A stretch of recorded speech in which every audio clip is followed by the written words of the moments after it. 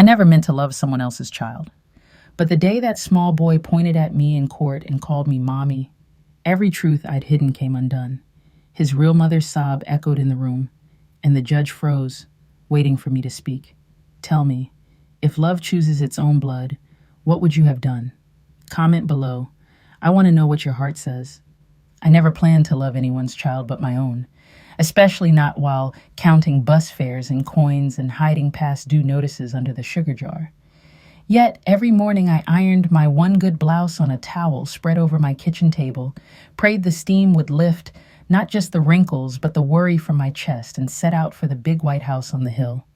People think rich homes smell like flowers. This one smelled like lemon cleaner and hurry. I learned the door code on day one, but the door never learned my name. When I stepped inside, the house swallowed sound, thick rugs, high ceilings, the kind of quiet that makes a person feel like a smudge on a glass table. I'd hang my thrift store cardigan on the mahogany hook like it was good enough to be there, and listen for the only reason I kept coming, the small breath of a boy who didn't know how to ask for someone to stay. His mother would glide down the stairs on her phone, already halfway through a sentence that had nothing to do with him or me. Oat milk only, and confirm the RSVP. Then to me, with a smile that never reached her eyes, "You know his schedule, right? He shuts down if you change it." She said schedule like it was a glass figurine. She said shuts down like it was his fault. I nodded, because nodding kept the peace and paid the rent. Yes, ma'am. Breakfast at 8, puzzle time at 9, story at nap. I had memorized his life the way other people memorize prayers. She nodded back, satisfied, and disappeared into the perfume trail of her day. Somewhere upstairs, a door clicked. Somewhere in my chest, something soft braced itself. He was always under the dining table at first, knees pulled to his chest, eyes the color of a storm just starting. I'd sit on the floor, careful with the silk skirt of the tablecloth, and slide a toast triangle into his quiet. "Good morning, little bird," I'd say, like we were two conspirators building a secret from crumbs. He'd peek out, not smiling, just watching, as if joy were a dog that sometimes bites. We had a ritual. I pretended not to see him, and he pretended not to want to be seen. I'd crawl an inch closer and tell the fork why toast is better when it's cut into boats, how blueberries are night sky marbles, how butter melts like the sun finding you on a cold day. He never laughed, not then. But his shoulders loosened by the time the butter surrendered. There were photographs on every wall, vacations in places I only knew from commercials.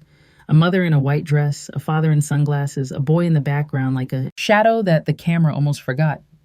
People smiled in those frames the way people smile at the idea of family, not the practice of it. When I dusted, I whispered to those pictures, "He's here now, I see him." I know it sounds foolish, but dust listens. My own apartment was the size of their pantry, and I kept it neat like a promise to myself. At night, I'd fall asleep to the neighbors' laughter through thin walls, wondering what kind of home laughter makes. In the morning, I'd carry my lunch in a brown bag and an extra pair of patience in my pocket. The bus driver started to know me by the way I held onto the pole, like a woman holding on to one steady thing. The father showed up sometimes as a smell, aftershave and late. He was always speaking in numbers, quarterly, margins, and 9:30. He'd pat the boy's head the way you pat a cushion to fluff it, firm and thoughtless, and ask me if he'd eaten. I'd say yes, because I always made sure he did. Not just food, attention, eye contact, the kind of yes that fills a small empty bowl inside a person. I learned the house's moods the way sailors learn the ocean. The sigh the elevator made when it was tired of carrying someone who never looked down. The sharp little click the mother's heels made when she was bringing home anger. The way the light in the playroom slanted at 4 o'clock like a bookmark, saving the place where the day would end. I placed us in the softest corners of that life, where we wouldn't get bruised by it. On my 3rd week, I found a hairline crack in one of the kitchen tiles, so thin you'd miss it if you weren't the kind of person who looked for breaking points. I kept catching my toe on it, the slightest lift that could tumble a person if they weren't careful. I learned to step around it. That's how it was with this family. You learned where the cracks were and pretended the floor was fine. When nap time came, he didn't sleep. He listened to my voice, to the ceiling vent's breath, to the silence that people with full calendars leave behind. I'd read the same book, slow on purpose, because he liked the way the word home sounded coming from my mouth, round and warm, like bread. He never said it back. He'd just press his palm to the page when we reached the picture of a little house with a yellow door, like touching it might open something. I told myself I was doing a job, doing it well. That was enough. But leaving each evening felt like closing a door on a candle. I'd walk down the driveway while the sun slipped behind the trees and promise myself not to look back at the upstairs window. Most days I failed. Most days he was there, a small face halved by a curtain, watching me go. I lift my hand and wave, small and quick, like a secret. He didn't wave back, not then. He just watched, as if he were learning the shape of goodbye. And that was my ordinary day. A woman with a careful heart stepping into a beautiful house to keep a small boy's world from breaking. One blueberry, one whisper, one ritual at a time. I told myself I was only the babysitter, because if I called it anything else, I'd have to admit how much it would hurt to lose it. I had taken care of children before. Rowdy ones, shy ones who painted the walls or called their mothers 10 times a day. But never one like Liam. Never one who seemed to live inside himself. His world was quiet. Too quiet. A silence so deep it felt like stepping into a room where someone had just stopped crying. Every morning I'd knock on his door softly before entering. He never answered.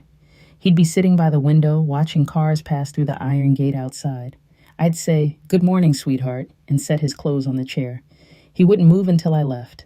By the time I returned, he'd be dressed, button wrong, socks mismatched, collar twisted like a question mark. Still, it meant he tried. That was his way of meeting me halfway. Breakfast was always the same: oatmeal, a banana, milk in a blue cup with dinosaurs on it. He'd press his spoon into the oatmeal, but never eat until I sat beside him. Once, when I forgot my own plate, he looked up, almost frowning, as if the world had fallen out of rhythm. So I learned he wouldn't eat unless I did too. I started bringing 2 slices of toast for myself every morning, just to give him permission to begin. The mother thought it was coincidence.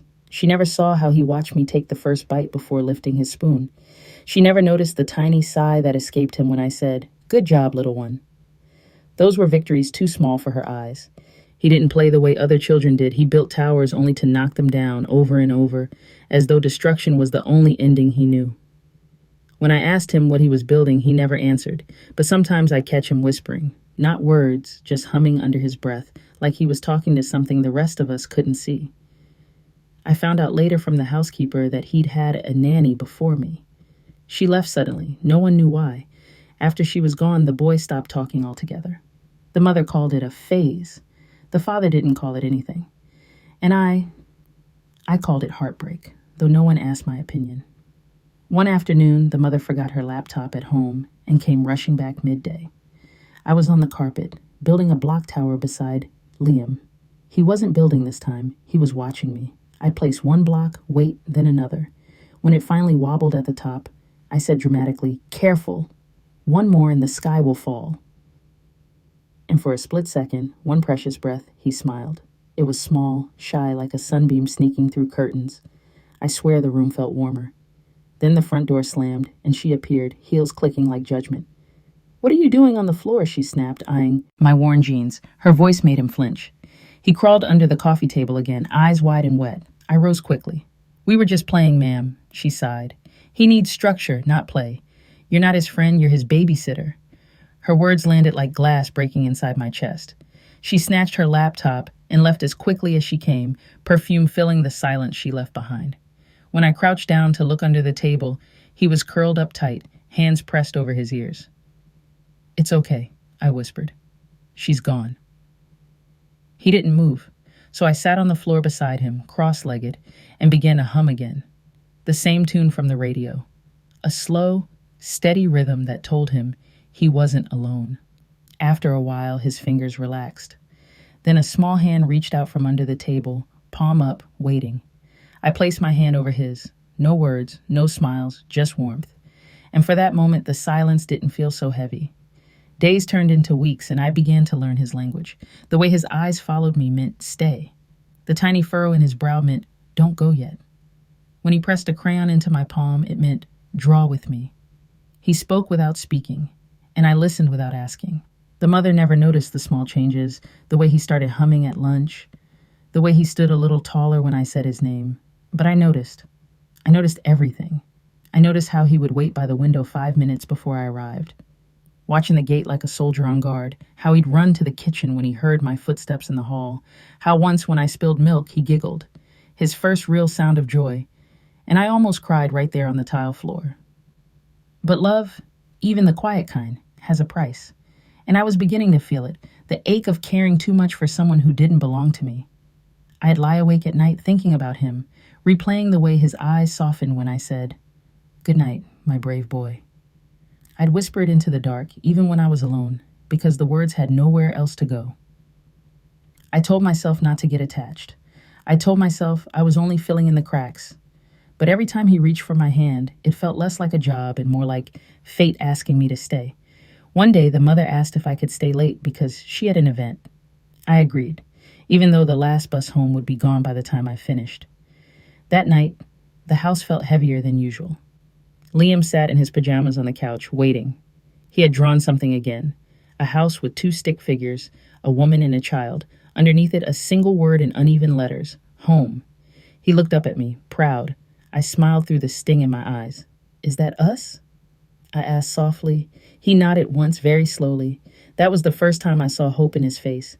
The first time I realized I wasn't just his babysitter anymore. I was his safe place. And for a child like him, that meant everything. I never realized how love could be built out of such tiny, ordinary things.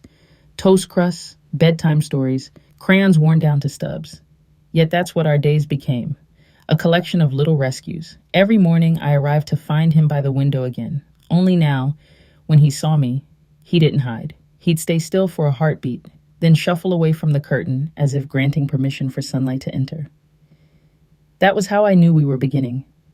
The first real step happened on a Wednesday that smelled like rain. The power went out, and the house, usually humming with screens and machines, fell into silence so deep it startled even the walls. I lit a candle in the kitchen. He crept closer, eyes wide at the flicker. I told him, "See? The light's brave. It keeps shining even when everything else goes dark." He stared at the flame, then at me, and nodded once. It was the first time he answered anything I'd said. We made sandwiches by candlelight, clumsy and sticky, peanut butter on our fingers. I pretended to steal a grape from his plate. He gasped, a sound halfway between shock and delight, and snatched it back. "Thief," I whispered, and for the first time he laughed, an honest, bubbling laugh that filled the kitchen like a song no one had heard in years. I stood there frozen, afraid even to breathe in case I scared it away. From that day on, he began to test the world more bravely. He'd tap my shoulder to show me a picture he'd drawn, then run off before I could praise him. He'd hide behind the couch during hide and seek and giggle so loudly that I'd accidentally find him in seconds. Sometimes he'd hum along to the radio, off-key but fearless. Each small victory felt like pulling a flower out of frost. The mother noticed, only enough to complain. "You're making him too dependent," she said one evening as I was packing up his toys. "He needs to learn independence." I wanted to tell her independence isn't born out of abandonment. It's built from the safety of knowing someone will always come when you call. But instead I smiled the way poor people do when they're trying to keep their jobs. "Yes, ma'am," I said. Inside, I promised Liam that I'd never teach him distance disguised as discipline. We started reading together every afternoon before his nap. He didn't like books at first. Too many words, too much world he didn't trust. So I made a game of it. I'd pause before a funny word, look at him with a question, and wait. He'd bite his lip, eyes darting across the page, then whisper the missing word. Each whisper grew louder until one day he said an entire sentence.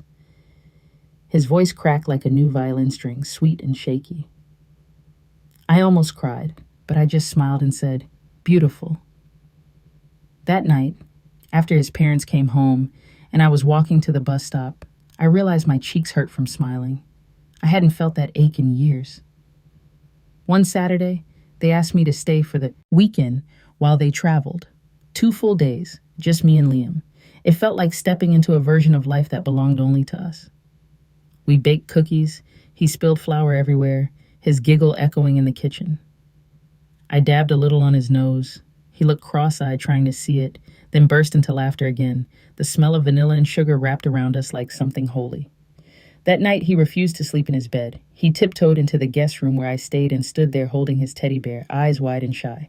I moved aside the blanket. He climbed in wordlessly and curled against me, small heartbeat steadying against my side. Children are honest in their sleep. He sighed and whispered something, so faint I almost missed it. "Don't leave." I didn't answer. I just brushed his hair back and promised the darkness, not tonight.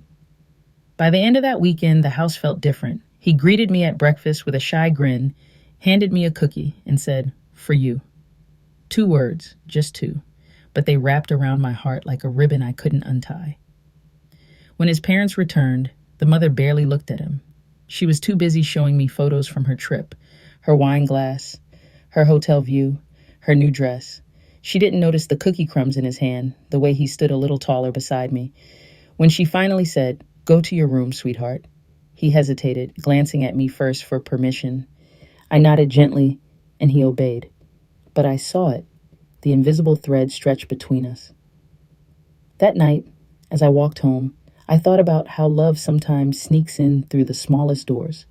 One minute you're wiping peanut butter off a child's cheek, the next you realize you'd burn the whole world down before letting him cry alone. And though I didn't say it out loud, I knew the truth that was quietly blooming inside me. He wasn't just learning to trust me. I was learning how to believe in love again. Section 4 of 15, The Cold Mother. The Absent Father, extended version. The contrast between love and indifference grows unbearable. Cracks in the family widen as the narrator becomes the child's only source of warmth. By then, I had memorized the house the way you memorize a scar. Every corner, every echo, every room pretending to be full. It wasn't just quiet there, it was the kind of quiet that hums in your bones, like the air itself is holding its breath. Liam filled it with little noises, his small feet padding against the floor, the faint clack of a toy train, the soft rustle of crayons against paper. But it always faded when the parents came home, as if his sounds weren't allowed to live in their world. The mother liked routines more than she liked people. She'd come down every morning in silk and perfume, her eyes somewhere far beyond us. Breakfast should be served by 8, she'd remind me, even though I'd never once been late. Then she'd hand me a list: music, lessons, screen time limits, phrases she wanted him to practice. It was always about how he looked, never how he felt. She measured his childhood like calories, something to be portioned and controlled. Once, I made pancakes shaped like hearts, thinking it might make breakfast feel like a celebration. She frowned as soon as she saw them. "Too much sugar," she said. "It's just syrup," I replied gently. "Children don't need comfort food," she snapped. "They need structure." Liam stared at the pancakes, then at her. Slowly, his small hand slid the plate away. After she left, I cut one into tiny pieces and whispered, "It's okay, sweetie. You can have one bite." He looked at me, uncertain, then picked up the fork. When he smiled, just barely, I felt like I'd stolen a piece of sunshine out from under a storm. The father's absences were heavier than his presence. Some nights he came home so late the clocks had already given up keeping count. He'd loosen his tie, sigh into the dark, and pour whiskey into a glass that already smelled like regret. From the hallway I'd hear the murmur of arguments, her sharp, tired voice clashing against his low, resigned one. Money, schedules, appearances, never once about their son. Once I overheard her say, "He's your child too, you know." He laughed without humor. "He barely knows I exist." Then footsteps, a door, silence again. In the morning, Liam would wander the hall, tiny fingers grazing the wall as if following the echo of that emptiness. "Did Daddy leave?" he asked once. I knelt down, brushing his hair aside. He went to work. "Does he come back?" I smiled because the truth would have hurt too much. "He always comes back, baby." He nodded, though we both knew sometimes people return in body and not in spirit. The mother's dislike for me wasn't sudden. It bloomed like mold, slow and sour. She began correcting me in front of others, even the gardener. "She's too soft on him," she'd say. "He needs discipline." But what she meant was distance. She couldn't stand that her son looked for me first when he fell, that he clung to my skirt when she bent to kiss him goodbye. One afternoon, she caught him holding my hand as we walked through the hallway. "Hands off," she snapped, yanking him away. Her nails dug into his arm and he whimpered. I took a step forward instinctively, but she turned on me with eyes sharp as glass. "Do not interfere." The words were quiet, deadly. That night, he refused dinner. He sat in his chair, staring at his untouched plate. When I asked if something was wrong, he whispered, "Mommy's mad at me." My throat ached. "She's just having a hard day." He shook his head. "She doesn't like when I love you." The words were too big for him, but his tone was steady, knowing. I bit my lip so I wouldn't cry in front of him. Every act of kindness became an act of rebellion. When I tucked him in at night, I'd whisper, "You are good. You are loved." When he painted something messy, I'd tell him, "It's beautiful." When he hesitated to speak, I waited instead of rushing him. Tiny things. But in a house built on perfection, gentleness was its own kind of defiance. The housekeeper, Mrs. Ellis, once warned me quietly as we folded laundry together. "She won't like how close you've gotten," she said. "She doesn't share well, not even her child." I smiled weakly. "I'm just doing my job." Mrs. Ellis gave me a look that saw straight through me. Maybe that's the problem. The storm between us finally broke during a family dinner. The father was home for once, the mother in one of her expensive moods, polished smile, sharp words. Liam had drawn a picture during the meal, a big stick figure woman and a small boy holding hands. He slid it proudly toward his mother. "Look," he said softly, "it's Mommy and me." Her painted lips curved into something that wasn't quite a smile. "That's lovely," she said. Then she turned it around. The woman had brown hair. Hers was blonde. Her gaze flicked to me, and her smile vanished. "Who is this supposed to be?" He looked down. "It's—" He hesitated. His voice dropped to a whisper. "Her." And he pointed at me. The silence after that was unbearable. The father cleared his throat, pretending to check his phone. I wanted to melt into the floor. But the mother, she froze, then laughed, high and brittle. "Well, isn't that adorable?" she said. "He doesn't even know who his mother is." She stood, walked around the table, and snatched the drawing. "This," she said, waving it, "is why you need to remember your place." She tore it in half. The sound was small but sharp enough to cut through me. Liam's face crumpled. "Don't," he cried, trying to grab the pieces. She pushed his hand away. "Stop it, Liam. You're embarrassing yourself." I stood, heart hammering. "Please, ma'am, it's just a drawing." She turned on me. "Just a drawing? You've been filling his head with nonsense. You're here to work, not to replace me." Her voice cracked on that last word. I saw it then, not anger but fear. Fear that love had chosen someone else. The father finally spoke, voice low, and "Enough." She glared at him, then at me, then left the room in furious silence. Liam ran to me, sobbing. I knelt and held him tight, whispering, "It's okay. It's just paper. She can't tear what's in your heart." He buried his face in my neck, shaking. And that was the moment I knew there was no turning back. Later, after they'd both gone to bed, I found the torn pieces of the drawing in the trash. I took them home and taped them together again. 2 crooked halves, mended with clear tape. It wasn't perfect, but love never is. I placed it inside my diary that night and wrote beneath it. He drew us together, and she's right. I don't know my place anymore. It happened on a Tuesday, the kind of day that didn't feel like it was meant for miracles. The sky was colorless, the house was quiet, and the world seemed to be holding its breath. Liam was sitting on the carpet, building another tower of blocks, careful, methodical, his tongue peeking out between his teeth. I sat nearby, mending one of his stuffed animals, stitching its arm back on with the same care you'd use for something alive. The mother had left early, perfume lingering in the hall like a ghost with good taste. The father was out of town again. It was just us and the hum of the refrigerator.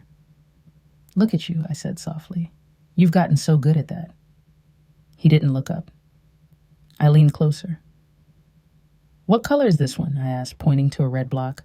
For a long moment, he just stared at it. Then, like something deep inside him finally decided to wake, he whispered, "Red." It was so soft I thought I imagined it. My breath caught. "What did you say, sweetheart?" He blinked, frowning, as if unsure whether he should repeat it. Then he did. "Red." The sound of his voice, tiny, hoarse, trembling, filled the room like sunlight breaking through heavy curtains. I covered my mouth with both hands, tears already stinging my eyes. "Oh, baby," I whispered. "That's beautiful." He smiled, shy but proud, and added another block to the tower. It fell. We both laughed. That night, I told Mrs. Ellis first. "He spoke today," I said, still in disbelief. Her eyes softened. "I told you he would. He just needed someone to listen long enough." She smiled. "You should tell his mother. She might appreciate it." I wanted to believe her, but a chill crept through me all the same. When the mother came home that evening, Heels clicking, voice sharp from whatever world she'd just returned from. I waited until she set her purse down. "Ma'am?" I said. "He spoke today." She froze mid-motion. "What?" "His first word," I said, smiling. "He said red." For a heartbeat, her face softened. Then she blinked and frowned. "Red?" "Yes." "Not Mama?" The disappointment in her voice was louder than any shout. I felt the warmth in my chest dim a little. "I'm sure he'll say it soon," I said gently. She nodded absently, already turning away. "Let me know when he does." That was it. No hug for him, no joy, no pride, just a shrug, like a gift she didn't order had arrived at her door. I stood there in the kitchen for a long time after she left the room, the hum of the refrigerator loud in the silence. And I thought, sometimes the saddest thing isn't when love is gone, it's when it was never there to begin with. The next few days, Liam seemed to sense something had shifted. He started trying new words, one at a time, careful and brave. Blue, cup, book. I'd clap quietly each time, and his grin would grow wider, his world a little bigger. Until one morning, while we were coloring together, he said something that would change everything. He'd drawn another picture of us, me, him, and a crooked yellow sun. I leaned over, teasing, "Who's this beautiful lady?" He looked at me with absolute certainty and said, "Mommy." The crayon fell from my hand. My heart did something strange, something between breaking and swelling. I should have corrected him. I should have said, "No, honey, your mommy is..." But I couldn't. The word hung in the air, soft and holy. He smiled, proud of himself. "Mommy," he said again, and pointed at me. And I, foolishly, selfishly, let him. I brushed his hair back and whispered, "It's okay, baby. I'm here." Of course, nothing stays secret for long in a house full of eyes. That afternoon, the mother came home early. She paused in the doorway, watching us from the hall without saying a word. Liam ran to her, excited. "Mommy," he called, then turned toward me. "Mommy," he said again, laughing, as if proud he could say it twice. The air shattered. Her face drained of color. "What did he just say?" she whispered. I froze. "He's learning words," I stammered. He doesn't understand. Don't lie to me." She stepped forward, eyes blazing, voice low and shaking. "You made him call you that?" "No, ma'am," I said quickly. "He just..." "Enough," her tone cracked. "You're confusing him. You've overstepped." Liam looked between us, confused, frightened. "Stop," he said softly. "Don't yell." But she didn't stop. "You are just the babysitter," she snapped. "Do you understand that? Just the babysitter." Each word hit like a slap. I wanted to disappear, but I stayed, for him. He began to cry, clutching my leg. She tried to pull him away, but he screamed, "No!" It was the loudest sound I'd ever heard him make. The father arrived moments later, drawn by the noise. "What's going on, Emin?" he demanded. "She's manipulating him," the mother spat. "He called her mommy." He blinked, looking at me like I'd grown two heads. "Is that true?" I opened my mouth, but no words came. Liam's cries filled the silence for me. The father sighed, rubbing his temples. "Maybe he's confused. It's not a big deal." "Not a big deal," she shouted. "My son thinks his nanny is his mother." He turned away, muttering, "He's 4. He doesn't even know what that means." But we all knew better. That night, she told me I wouldn't be needed tomorrow. "Take a day off," she said flatly. "I need to think." Her tone made it sound less like kindness and more like a warning. I nodded, gathered my bag, and turned toward the door. Liam ran after me, barefoot, his little hand grabbing mine. "Mommy?" he whispered, eyes wide and trembling. I dropped to my knees, hugging him tight. "No, baby," I said, voice breaking. "Just me." He didn't understand, but he held on harder. When she pried him from my arms, he screamed again. The last thing I heard before the door closed was his voice, raw and heartbroken. "Mommy!" And it wasn't her name he was calling. The sky broke open that night. Lightning painted the windows white. Thunder rolled through the bones of the house. And somewhere deep inside, a child began to cry. I wasn't supposed to be there. She had told me to take the day off. But when the call came from Mrs. Ellis, saying the mother had gone out to a party and the father hadn't returned home, my heart made the decision before my mind could. I arrived soaked, Umbrella useless, knocking until the door finally opened. Mrs. Ellis looked relieved and frightened all at once. "He won't sleep," she whispered. "He keeps calling for you." The house was darker than usual, power flickering. I climbed the stairs by candlelight. The thunder rumbled again, and I heard it, his small voice trembling, broken. "Mommy?" I opened the door. He was sitting on the bed, clutching his bear, tears streaking his cheeks. "It's just me, sweetheart," I said, kneeling beside him. When he saw me, he crawled into my arms without hesitation. His little body was shaking, but his breathing began to steady against my chest. The candlelight danced across the walls, soft and golden, chasing the fear away. I held him close, humming the same lullaby I always did, the one he called the sleepy song. He tucked his face under my chin and whispered, barely audible, "You came back." "Of course I did," I murmured. "You didn't think a little thunder could keep me away, did you?" He shook his head, a small smile ghosting across his lips. Outside, rain struck the windows like fingers tapping for attention. Inside, there was only the sound of his breathing slowing, the storm retreating. For a long time I sat there, rocking him gently, watching his eyelids flutter, thinking how wrong it felt, that comfort could be forbidden. When the power finally came back, the lights felt too bright. I dimmed them again, unwilling to let the world intrude. He was asleep, hand still gripping a fold of my sleeve. I should have laid him down, but I couldn't. I stayed, tracing tiny circles on his back until I drifted off too. That's how she found us. Morning came pale and silent. The rain had washed the world clean, but the air still smelled like trouble. The bedroom door swung open, and the mother's voice, sharp as a whip, cut through the calm. "What the hell is this?" I jerked awake, disoriented. Liam stirred beside me. "He was scared," I started. "There was a storm." "You were told not to come back," she snapped. "And now you're in my son's bed?" Her voice rose. Liam flinched. I put a hand on his back instinctively, but she saw the gesture and went still. The silence that followed was worse than shouting.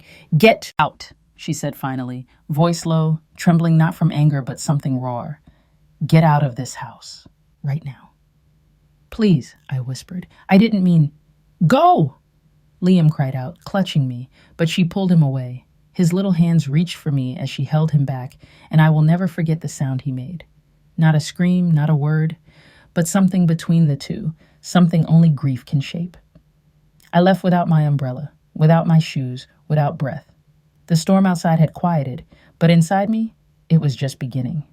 I didn't go back the next day, or the day after that. My hands couldn't stop shaking long enough to even make tea. The storm outside had passed, but the one inside me refused to leave. Every time I closed my eyes, I saw Liam's face, wet with tears, reaching for me, his little voice echoing through the dark. "Mommy," Mrs. Ellis called once. "She's still angry," she whispered. "But the boy, he hasn't eaten properly. Keeps asking when you're coming back." I tried to breathe through the ache, tried to remind myself that I was nothing more than a name on a payroll. But the truth pressed down heavier than the rain ever had. I missed him.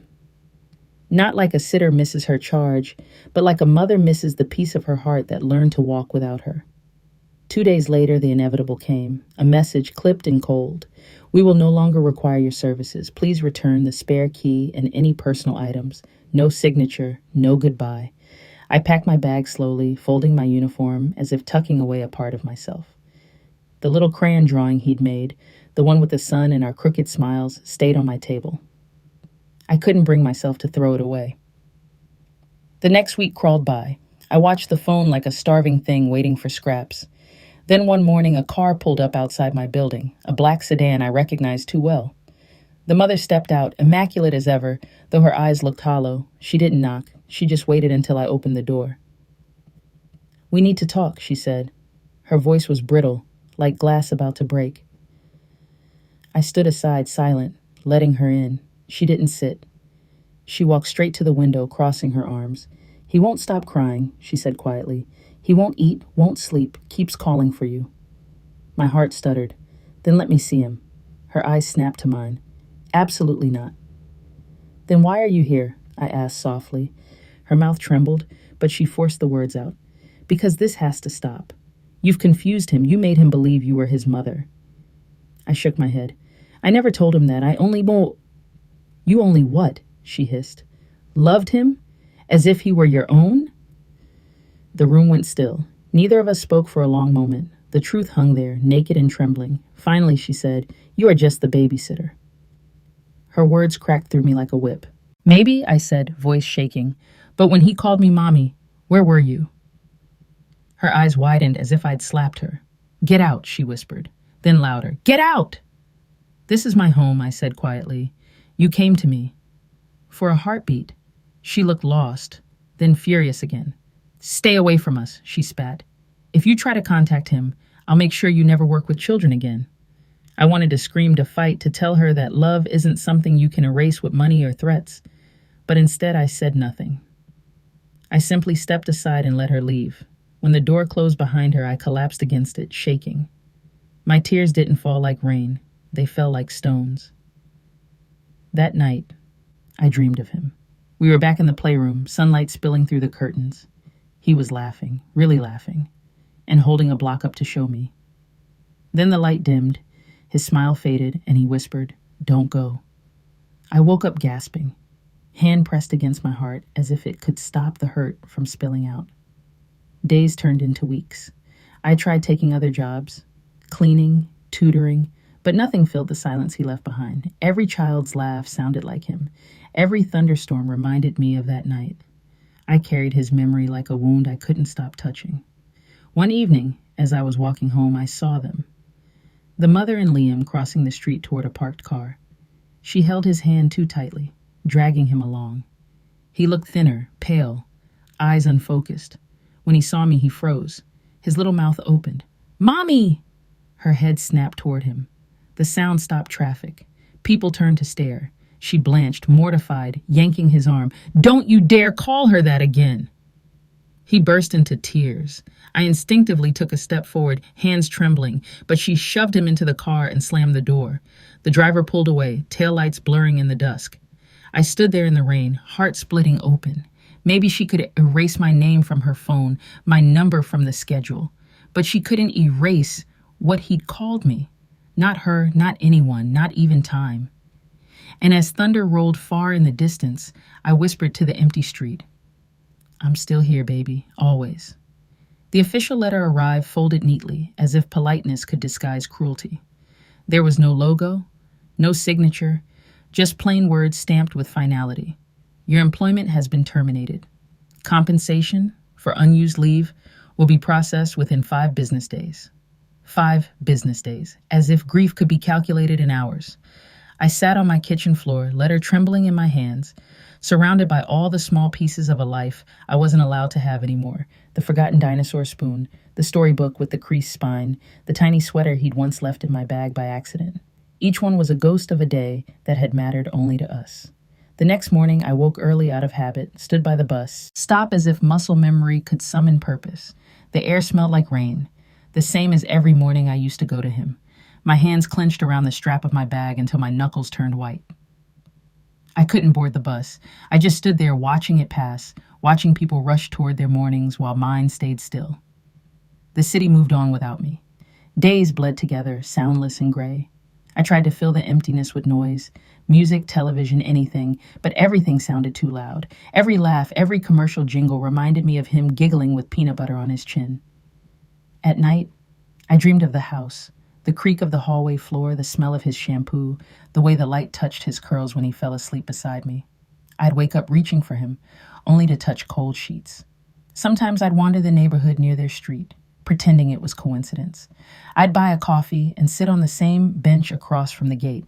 Once, I saw the curtains move in his room. A small shadow appeared for a second, hand pressed to the glass. My heart leapt before reason caught up. Just the housekeeper, maybe. Or maybe not. I didn't know which thought hurt more. Mrs. Ellis called only once after that. Her voice was soft, trembling. "Don't come by," she warned. "She's furious. And the boy, he's been ill. They hired someone new. A younger girl, doesn't last a week before quitting." I thanked her, though I didn't know why. When the line went dead, I realized I'd been holding my breath the entire time. Money dwindled faster than courage. I took cleaning jobs, long hours, low pay, no laughter, but every time I scrubbed a floor or folded a stranger's laundry, I'd imagine him sitting nearby, humming softly. My hands moved slower on those days. as if afraid to erase him. Once, while mopping the floor of a bakery, a little boy ran past me, his small voice chirping, "Mama!" I froze. It wasn't for me, of course, but my heart still turned toward the sound like a compass desperate to find north again. That night, I went home and opened the drawer where I kept his crayon drawings. I taped the torn one back together, smoothing the lines again and again until the tape itself started to yellow. His stick figure smile stared back at me. "I'm sorry," I whispered to it. "I should have fought harder." But the paper stayed silent, patient, forgiving in its stillness. Weeks passed before I saw him again. It wasn't planned. I was walking home from the late shift when I heard it. Laughter, faint but familiar. Across the park near the swings, there he was, smaller somehow, thinner. The new nanny stood nearby, scrolling her phone while he kicked at the dirt. I didn't move closer. I just watched, hidden beneath the streetlight shadow. The wind carried the faintest echo of his voice. My throat ached to call his name. When a car horn sounded, he looked up, and for a fleeting second, our eyes met. His face lit up. He whispered something to the nanny, tugging at her sleeve, pointing. But she didn't look. She just shook her head and led him toward the car. He turned back once before getting in. His lips moved silently. I couldn't hear, but I knew what he said. "Mommy." The word reached me anyway. It didn't need sound. Love never does. I stood there until the car disappeared. The park fell quiet again, except for the swing creaking in the breeze. And though I was drenched in rain and heartbreak, I smiled. Because even if the world forgot me, he hadn't. For a child who once couldn't speak, his silence had always said everything. The days after losing him were made of dust and silence. Everything in my apartment turned into a relic. The clock that ticked too loudly, the cup that still smelled faintly of milk and cinnamon, the blanket he'd once fallen asleep under when I was mending it. My life shrank to the size of a single room, and even that felt too big. Morning light used to mean a new beginning. Now it only reminded me of what I wasn't waking up to. I stopped opening the curtains. I didn't want to see the world moving forward without us. My hands, once steady from years of caregiving, trembled when I tried to pour tea. The first sip always burned because I never waited for it to cool. I needed to feel something, anything. When people say heartbreak hurts, they never mention that it also numbs. I took odd jobs when I could, cleaning, babysitting other people's children, but none of them were him. They cried too loud or clung too soon, and every time one reached for my hand, I'd flinch, half expecting to see his small fingers there instead. One little girl about Liam's age asked me once why I looked sad. "Did someone take your toys?" she said. I smiled and told her no, that grown-ups don't have toys. But she shook her head and said, "Then someone took your heart." Out of the mouths of children come truths too heavy for their small chests to carry. That night, I sat on the edge of my bed and whispered into the empty room. She did. She took my heart, and she made him forget where it came from. The world outside went on with its noisy indifference. Summer came and left. I watched people hurry down the street with umbrellas, holding the hands of their children, calling their names when they ran ahead. I memorized those voices. They filled the space where his once was. Sometimes I'd go to the market and find myself standing in the toy aisle, fingers tracing over boxes of wooden blocks or picture books. I'd pick one up, then remember there was no reason to buy it. Once, I bought a small stuffed bear anyway and left it on a park bench. I told myself maybe another lonely child would find it. Maybe love could travel that way. Mrs. Ellis stopped calling, not out of cruelty, out of fear. I could hear it the last time we spoke. "She's watching everyone," she said softly. "She doesn't want your name mentioned." Then a pause. "But he asked for you, at night, when she thinks he's asleep." Those words sat with me for days. Knowing he still remembered was both comfort and torture. I would stand by the window and whisper his name, hoping somehow it would reach him through the air, through the ache, through the locked gates of that house. Loneliness became a ritual. I'd cook breakfast for one and set out 2 plates. I'd play the radio on low volume because silence made his absence too loud. Some evenings, I'd walk to the park and sit on the same swing, pushing gently with my toes against the gravel. Each creak sounded like the whisper of our past, a lullaby, a memory, a promise. People began to notice the change. My neighbors said I looked tired. My landlady said I was fading. I smiled politely because they were right. Grief isn't always loud. It can be quiet, patient, steady, like a tide that never stops pulling. One night, I found one of his drawings wedged between the pages of a book I hadn't opened since he left, a stick figure woman holding hands with a boy. The paper was wrinkled, the crayon faint, but I could still read the word beneath it. Home. I pressed it against my chest, tears soaking the paper until the colors blurred. And I realized something cruelly beautiful. I'd been mourning a person, but what I truly lost was the only place I'd ever belonged. I folded the drawing carefully and slid it under my pillow before I slept. I wanted it close enough to dream on, and for the first time in weeks, I dreamed of him not crying, not reaching for me, just running across a field, laughing, sun in his eyes. When I woke, I whispered, "Maybe you're free now, baby." Then I cried, because freedom and loss sometimes sound the same. Section 9 of 15 Empty Days. Grief settles into her bones, memories haunt her daily life, and time stretches without meaning. Extended version. The days after losing him were made of dust and silence. Everything in my apartment turned into a relic. The clock that ticked too loudly, the cup that still smelled faintly of milk and cinnamon, the blanket he'd once fallen asleep under when I was mending it. My life shrank to the size of a single room, and even that felt too big. Morning light used to mean a new beginning. Now it only reminded me of what I wasn't waking up to. I stopped opening the curtains. I didn't want to see the world moving forward without us. My hands, once steady from years of caregiving, trembled when I tried to pour tea. The first sip always burned because I never waited for it to cool.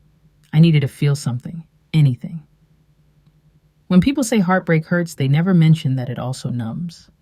I took odd jobs when I could, cleaning, babysitting other people's children.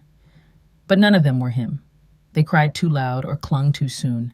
And every time one reached for my hand, I'd flinch, half expecting to see his small fingers there instead. One little girl about Liam's age asked me once why I looked sad. "Did someone take your toys?" she said. I smiled and told her no, that grown-ups don't have toys. But she shook her head and said, "Then someone took your heart." Out of the mouths of children come truths too heavy for their small chests to carry. That night, I sat on the edge of my bed and whispered into the empty room. She did. She took my heart, and she made him forget where it came from. The world outside went on with its noisy indifference. Summer came and left.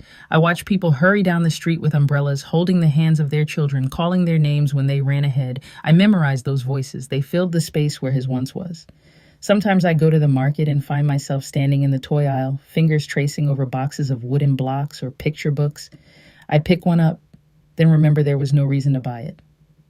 Once I bought a small stuffed bear anyway and left it on a park bench. I told myself maybe another lonely child would find it. Maybe love could travel that way. Mrs. Ellis stopped calling, not out of cruelty, out of fear. I could hear it the last time we spoke. "She's watching everyone," she said softly. "She doesn't want your name mentioned." Then a pause. "But he asked for you, at night, when she thinks he's asleep." Those words sat with me for days. Knowing he still remembered was both comfort and torture.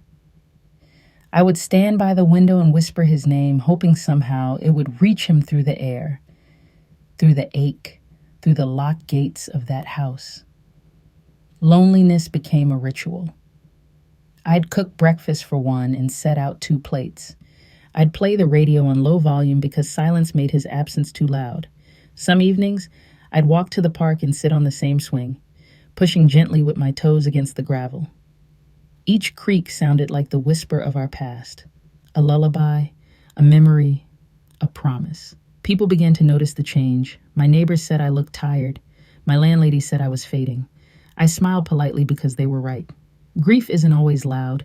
It can be quiet, patient, steady, like a tide that never stops pulling. One night, I found one of his drawings wedged between the pages of a book I hadn't opened since he left. A stick figure woman holding hands with a boy. The paper was wrinkled, the crayon faint, but I could still read the word beneath it. Home. I pressed it against my chest, tears soaking the paper until the colors blurred, and I realized something cruelly beautiful. I'd been mourning a person, but what I truly lost was the only place I'd ever belonged. I folded the drawing carefully and slid it under my pillow before I slept. I wanted it close enough to dream on. And for the first time in weeks, I dreamed of him not crying, not reaching for me, just running across a field, laughing, sun in his eyes. When I woke, I whispered, "Maybe you're free now, baby." Then I cried, because freedom and loss sometimes sound the same. It was a gray morning when I first saw his face again, not in person, but on the television at the corner cafe where I washed dishes 3 days a week. The news anchor's voice was soft, the kind reserved for tragedy. A 4-year-old boy found wandering alone near the freeway late last night. The world tilted. I dropped the plate in my hand. It shattered against the sink. The camera showed a police officer kneeling beside a small child wrapped in a blanket. His hair was longer, his cheeks thinner, but I knew that face. Liam. The caption at the bottom of the screen read, "Child under protective custody. Parents under investigation for neglect." My heart began to pound so hard I could hear it over the chatter of the cafe. The woman next to me muttered something about rich people and their mess, but her words were just noise. I pressed a hand to my mouth to stop the sob that was trying to escape. Mrs. Ellis. I had to call Mrs. Ellis. My fingers fumbled with the phone, dialing her number from memory. It rang once, twice, then her voice came through, trembling. "I was going to call you," she said. "He's safe now. The neighbors found him by the fence, crying. The police took him away. They said the parents were arguing again, and no one noticed he'd gone outside." My knees gave out. I slid down the wall, phone clutched to my ear. "Is he hurt?" "No, cold, scared, but he's asking for you." Those words cracked me open. "Me?" I whispered. "Yes, you." "They said he wouldn't calm down until they showed him your picture." "My picture?" "From his drawings. He told them you were his mom." For a moment, the world stopped moving. The cafe, the cars outside, even the rain that had started tapping against the windows, all of it froze. "He's with Child Services now," Mrs. Ellis continued. "They'll want to talk to someone who knows him, someone he trusts." I could barely speak. "Tell them to call me, please. Tell them I'll come." The call from the social worker came that evening. Her voice was calm but cautious, the way people sound when they're holding a fragile truth. "I understand you were his caregiver?" "Yes," I said quickly, "for almost a year." She hesitated. "He keeps asking for you. He won't sleep or eat unless we tell him you're coming." "Then I'll come," I said, "right now." "Tomorrow," she said gently, "we'll arrange it. There are legal things to consider." Legal things. Words that had never mattered until they stood between me and the only person who ever made me feel needed. I didn't sleep that night. I sat at my kitchen table staring at the candle I'd lit for him months ago, the flame flickering in the draft. Every few minutes I checked the clock, waiting for morning to arrive like mercy. When dawn finally came, I took the first bus to the address they gave me. A plain gray building with a playground fenced in the back. Children's laughter floated through the air like wind chimes, and my heart clenched. Inside, the smell of disinfectant mixed with crayons. A woman led me down a hallway, her voice soft. "He's been quiet all morning. Maybe seeing you will help." We stopped at a door painted with cartoon clouds. She opened it, and there he was, sitting on the floor, tracing circles on the tile with his finger. When he looked up and saw me, everything I'd been holding inside broke free. His eyes widened, his little mouth formed my name, half sob, half laughter. He ran to me, arms open. "Mommy!" The social worker gasped softly, but I didn't care. I fell to my knees, gathered him into my arms, and held him so tightly I could feel his heartbeat racing against mine. "It's okay, baby," I whispered, my tears falling into his hair. "I'm here. I'm here now." He buried his face in my neck and breathed, "You came back." The room disappeared. The walls, the rules, the consequences, none of it mattered. All that existed was the warmth of his small hands gripping me like an anchor. I didn't know what the law would say, what the mother would do, or how long they would let me stay. But in that moment, I promised him the same vow I'd made to myself on the night of thunder. I will always come back for you. The summons came 3 days later, folded in an envelope stamped with the county seal. I read the words over and over until they blurred. "You are requested to appear before the family court of Haverhill County as a witness in the custody review of minor child, Liam Carter. Witness. A cold clinical word for someone who'd once been a mother in everything but name." Mrs. Ellis called that night, her voice barely above a whisper. "She's furious," she said. "The mother, she says you manipulated him, that you put ideas in his head." I didn't, I said, though my voice sounded small even to me. I just loved him. I know, dear, she sighed, but love doesn't count as evidence. The courthouse was beige and airless, built for order, not compassion. I sat on a wooden bench outside the courtroom, twisting the chain of my necklace between my fingers. The social worker smiled kindly, but there was exhaustion behind her eyes. He's with the foster coordinator right now, she said. He keeps asking if you'll come inside. I'll be here, I whispered, always. When my name was called, my legs didn't feel like they belonged to me. I stepped into the courtroom and the air shifted, tight, watching, ready to judge. The mother sat at one table, perfectly composed, but pale, her manicured hands trembling slightly as she straightened the papers before her. The father sat beside her, gaze fixed on the floor. Across the room, Liam sat with a child advocate, his teddy bear clutched so tightly it looked like it might burst. When he saw me, his face lit up. He started to stand, but the advocate gently pressed him back into his seat. My heart cracked wide open. The judge looked at me over his glasses. Miss Daniels, you were the child's caregiver? Yes, Your Honor. And during that time, did you develop a personal relationship with the child? I hesitated. Yes, I cared for him deeply. The mother's lawyer rose, a man with a smooth voice and colder eyes. Would you say, Miss Daniels, that your attachment to the child exceeded professional boundaries? I looked at Liam, who was staring back at me, confused. I loved him, I said simply. If that's what you mean. I loved him like anyone would love a child who needed them. The lawyer smirked. That sounds rather maternal, wouldn't you say? I clenched my hands together. Maybe it does, but someone had to be. A murmur rippled through the room.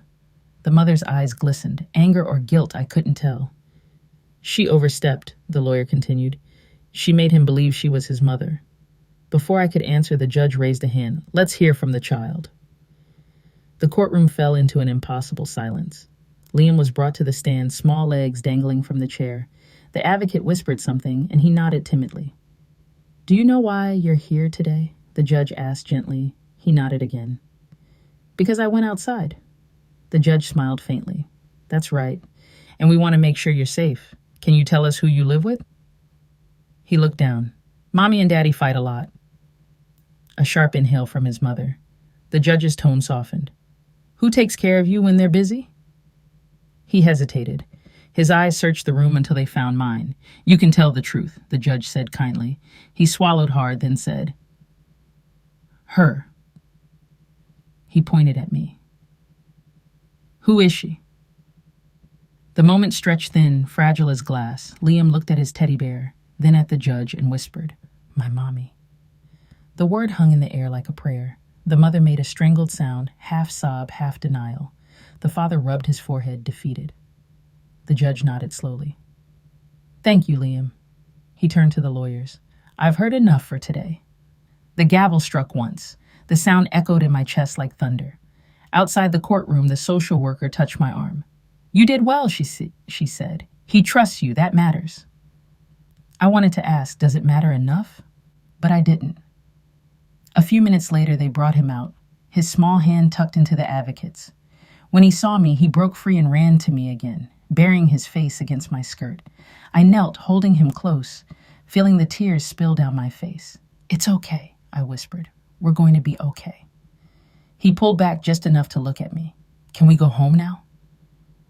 I didn't know what to say, so I kissed his forehead and gave the only answer I could.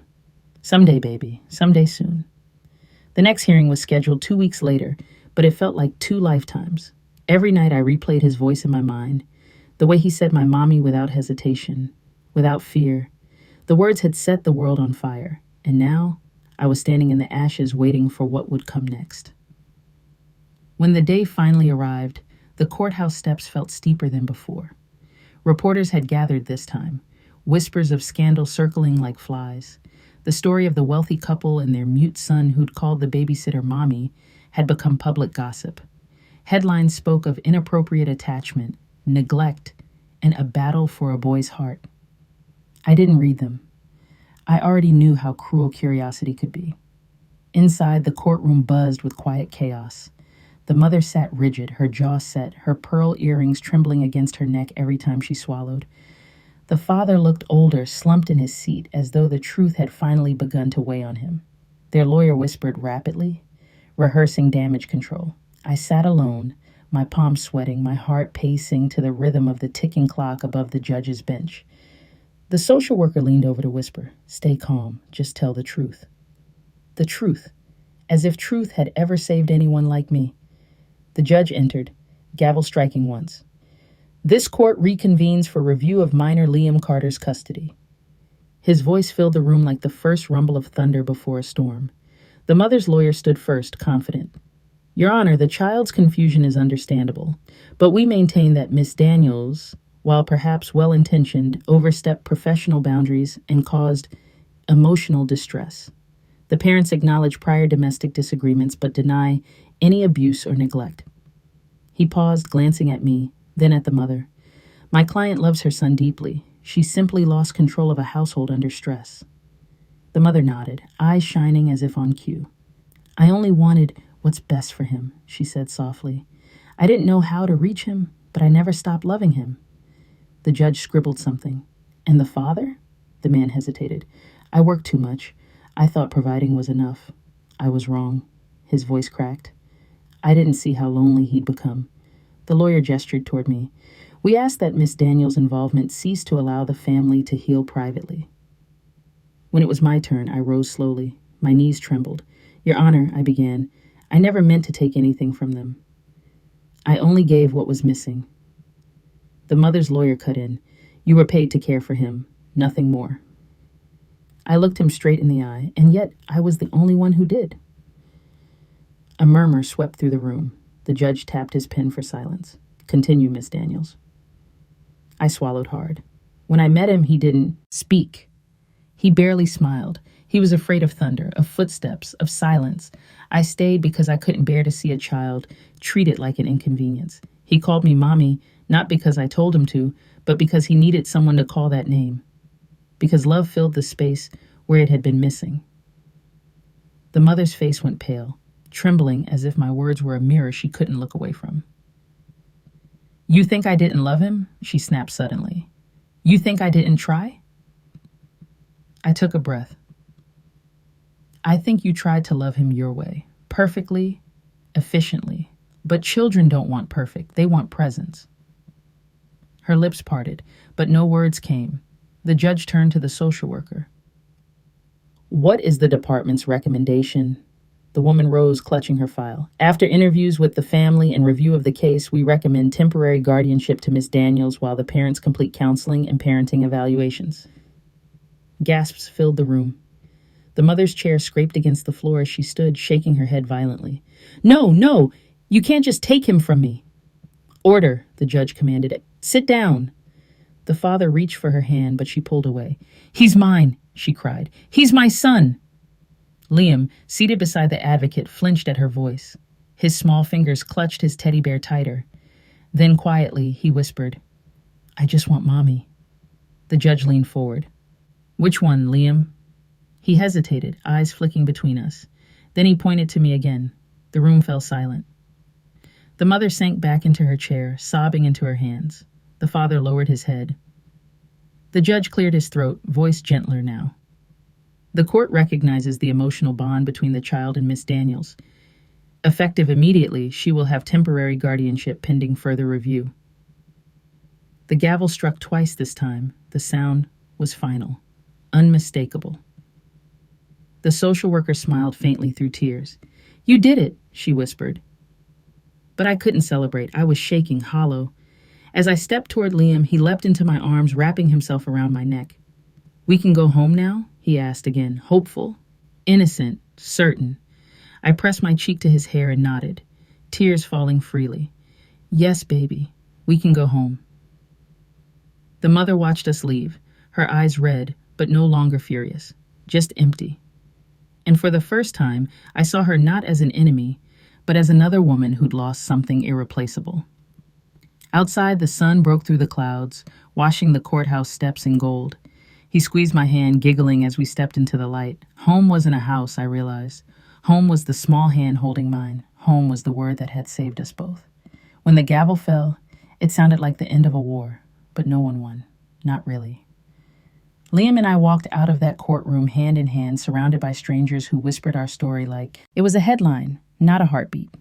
The cameras outside flashed, voices called our names, but all I could hear was his breathing beside me, steady and small, as if he feared I might vanish again. The social worker guided us to her car, shielding us from the crowd. It's temporary, she reminded me softly, as if I could ever forget. A review will come in 6 months. You'll need to prove stability, employment, housing, therapy. I nodded, though her words drifted past me like fog. Temporary or not, it was more than I dared to dream. A chance to love him out loud, without hiding. The first night back at my apartment, he wouldn't let go of me. We shared the narrow bed, his small hands gripping my sleeve even as he slept. When he finally drifted off, I lay awake watching the rise and fall of his chest, memorizing every breath. It had been so long since peace had looked like this. Soft, fragile, real. The next morning, he helped me make pancakes. The batter ended up everywhere, on his nose and his hair, but he laughed. That full, unguarded laugh that could still make the air feel lighter. When I asked if he was happy, he said, "You're here, so yes." That simple, that honest. The days that followed were quiet but full. We built new routines, morning walks, bedtime stories, learning to count stars through the window. He began talking more, not just in words, but in whole thoughts. He asked questions, endless ones. Why the moon followed the car, why thunder was loud, why love could make you cry and still be good. I tried to answer every one, though sometimes all I could say was, "You'll understand when you're bigger." But some things he already understood. Once, after a session with the court-appointed therapist, he tugged my hand and said, "They asked who my family is." I smiled. "What did you tell them?" He grinned. "You and Mr. Bear." I laughed through the tears I didn't want him to see. "That's a good answer." The parents didn't disappear. There were letters from their lawyers, polite and cold, reports filed, updates scheduled. They'd begun therapy as ordered. Once I saw them across the courthouse lobby when I went to file paperwork. The mother's eyes found mine. For the first time, she didn't glare. She just nodded, a quiet, broken acknowledgement. Maybe she finally understood that love isn't ownership. Maybe she didn't. Either way, we both carried a scar that would never fade. 6 months passed. The review came faster than I expected. I spent the night before cleaning our small apartment until it glowed. Flowers on the table, pancakes ready on the counter, his drawings framed on the wall. Not perfect, but ours. The social worker smiled when she arrived. "He looks happy," she said, flipping through her clipboard. "And you look like you found something you lost." I nodded. Maybe I did. When she left, I sat beside him on the couch. He was drawing again. A house, a sun, 2 stick figures holding hands. He looked up at me and said, "We should add one more." "One more?" He nodded, pressing the crayon down hard. "The judge. He helped us find home." I laughed, heart aching and full all at once. "Okay, baby, one more." That evening, as the sun dipped low, we stood by the window watching the city lights blink awake. He rested his head against my arm and whispered, "Do I get to stay forever?" I looked out at the horizon, glowing faintly pink, and said, "As long as the world lets me keep you." He smiled, content. "That's forever then." And in that moment, I let myself believe him. It's strange the way peace arrives, not as fireworks or grand promises, but as ordinary mornings that no longer hurt. The first time I realized we were okay was on a Tuesday.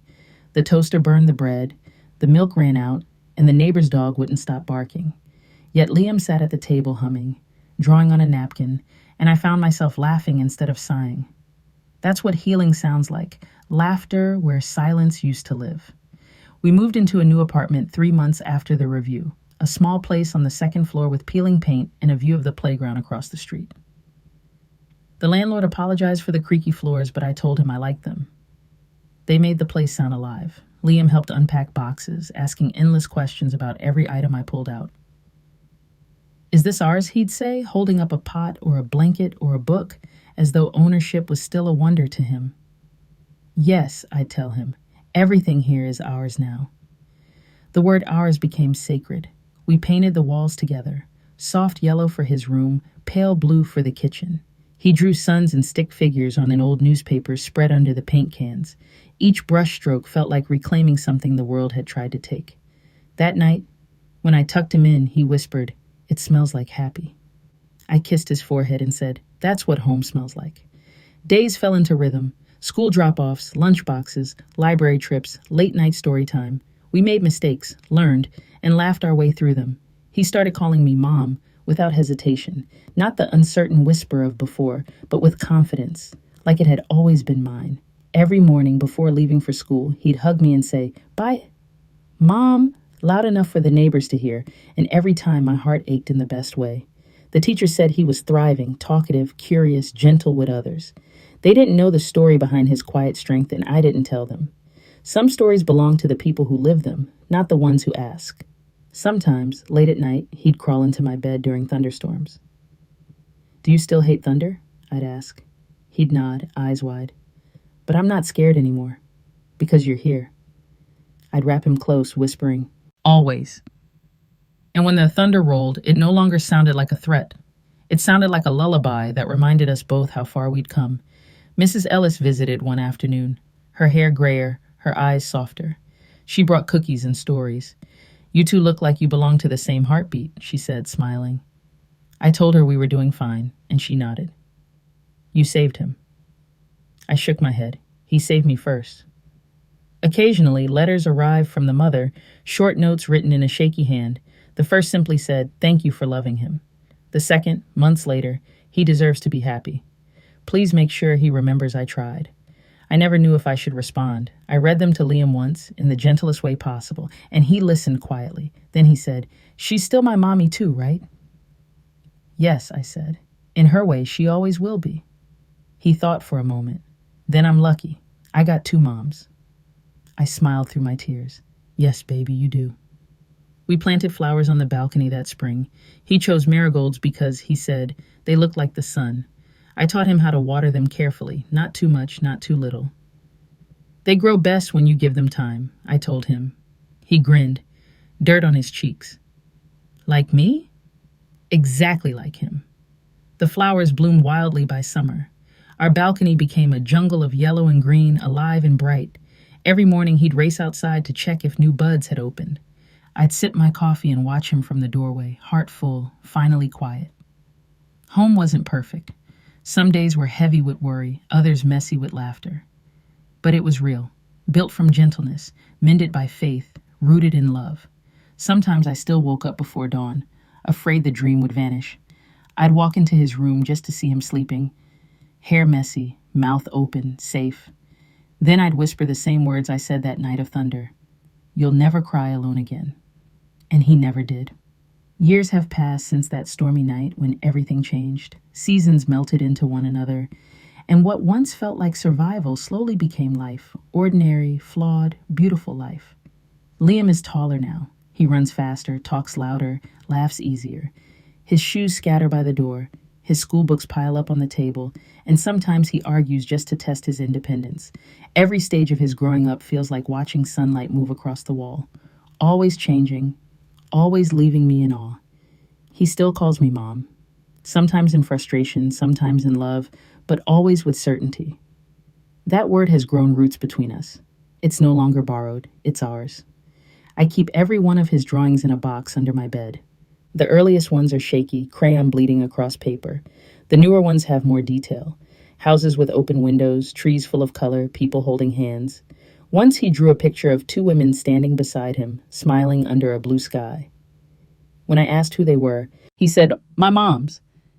And I realized then that love doesn't erase what came before. It expands until there's room for everything that ever mattered. Sometimes I still see the mother in my dreams. Not angry, not jealous, just tired, standing at the end of a long hallway, watching her son from a distance. I walk toward her, wanting to say something, but the words always vanish before I reach her. Maybe forgiveness doesn't need to be spoken to exist. Maybe it's enough that somewhere inside us both, we made peace with what love chose to do. There are days I wonder what she's doing now. Whether she ever remarried, whether she ever stopped blaming herself. I hope she did. I hope she found her own quiet mornings again.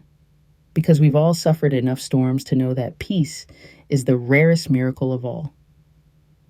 Our life now is a collection of small joys: Saturday pancakes, bedtime stories, the smell of rain drifting in through open windows. Sometimes he reads to me instead, his voice strong and bright. Mom, he'll say, remember when I didn't talk? I always smile. You've made up for it since, he laughs and adds, remember when you said love makes you brave? I still believe that, I tell him. Then he grins and says, me too. Every year, on the anniversary of that night, the night of thunder, we sit on the balcony with a single candle burning between us. We don't talk much.